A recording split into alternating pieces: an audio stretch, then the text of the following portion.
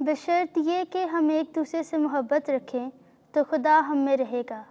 ہمارے لیے آج کی پہلی تلاوت مقدس یوحنا رسول کا پہلا خط، اس کا 4 باب 11ویں تا 18ویں آیت مقدسہ۔ اے پیارو، جب کہ خدا نے ہم سے ایسی محبت رکھی تو چاہیے کہ ہم بھی ایک دوسرے سے محبت رکھیں۔ خدا کو کبھی کسی نے نہیں دیکھا۔ اگر ہم ایک دوسرے سے محبت رکھیں تو خدا ہم میں رہتا ہے، اور ہماری وہ محبت جو اس سے ہے ہم میں کامل ہو گئی ہے۔ ہم اسی سے جانتے ہیں کہ ہم اس میں رہتے ہیں اور وہ ہم میں، کیونکہ اس نے اپنے روح میں سے ہمیں دیا ہے۔ اور ہم نے دیکھ لیا ہے اور گواہی دیتے ہیں کہ باپ نے بیٹے کو اس لیے بھیجا ہے کہ دنیا کا نجات دہندہ ہو۔ جو کوئی اقرار کرے کہ یسوع خدا کا بیٹا ہے، خدا اس میں اور وہ خدا میں رہتا ہے۔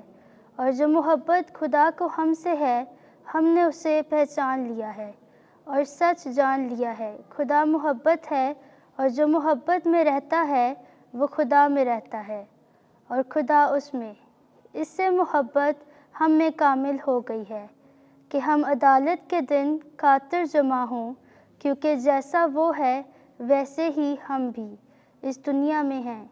محبت میں ڈر نہیں ہوتا، بلکہ کامل محبت ڈر کو باہر نکال دیتی ہے، کیونکہ ڈر میں سزا ہے، مگر جو ڈرتا ہے اس میں کامل محبت نہیں ہوتی۔ پاک کلام کے پڑھے اور سنے جانے پر خدا کی برکت ہو۔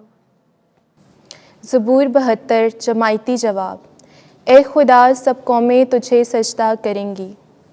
اے خدا، شاہ کو اپنا عدل اور شہزادے کو اپنا صدق عطا فرما، تو وہ صداقت سے تیری قوم پر اور انصاف سے تیرے غریبوں پر حکمران ہوگا۔ جماعتی جواب۔ اے خداوند، سب قومیں تجھے سجدہ کریں گی۔ شاہان ترشیش و جزائر نظریں گزرانیں گے، شاہان عرب و صبا ہدیے لائیں گے۔ جماعتی جواب۔ اے خدا، سب قومیں تجھے سجدہ کریں گی، کیونکہ وہ محتاج کو جب وہ فریاد کرے اور غریب کو جس کا کوئی مددگار نہ ہو چھڑائے گا۔ وہ مسکین و محتاج پر ترس کھائے گا اور محتاجوں کی جانیں بچائے گا۔ جماعتی جواب۔ اے خدا، سب قومیں تجھے سجدہ کریں گی۔ خداوند آپ کے ساتھ ہو۔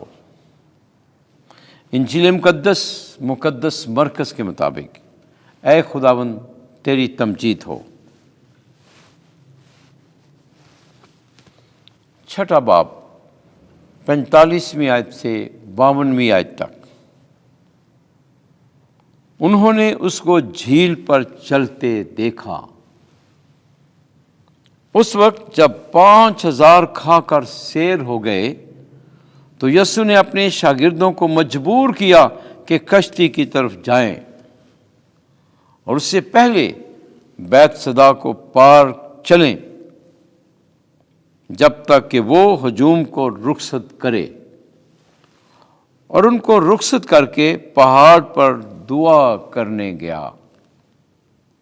اور جب شام ہوئی تو کشتی جھیل کے بیچ میں تھی اور وہ اکیلا خشکی پر تھا، اور اس نے دیکھا کہ وہ کھینے سے بہت تنگ ہیں، کیونکہ ہوا ان کے مخالف تھی۔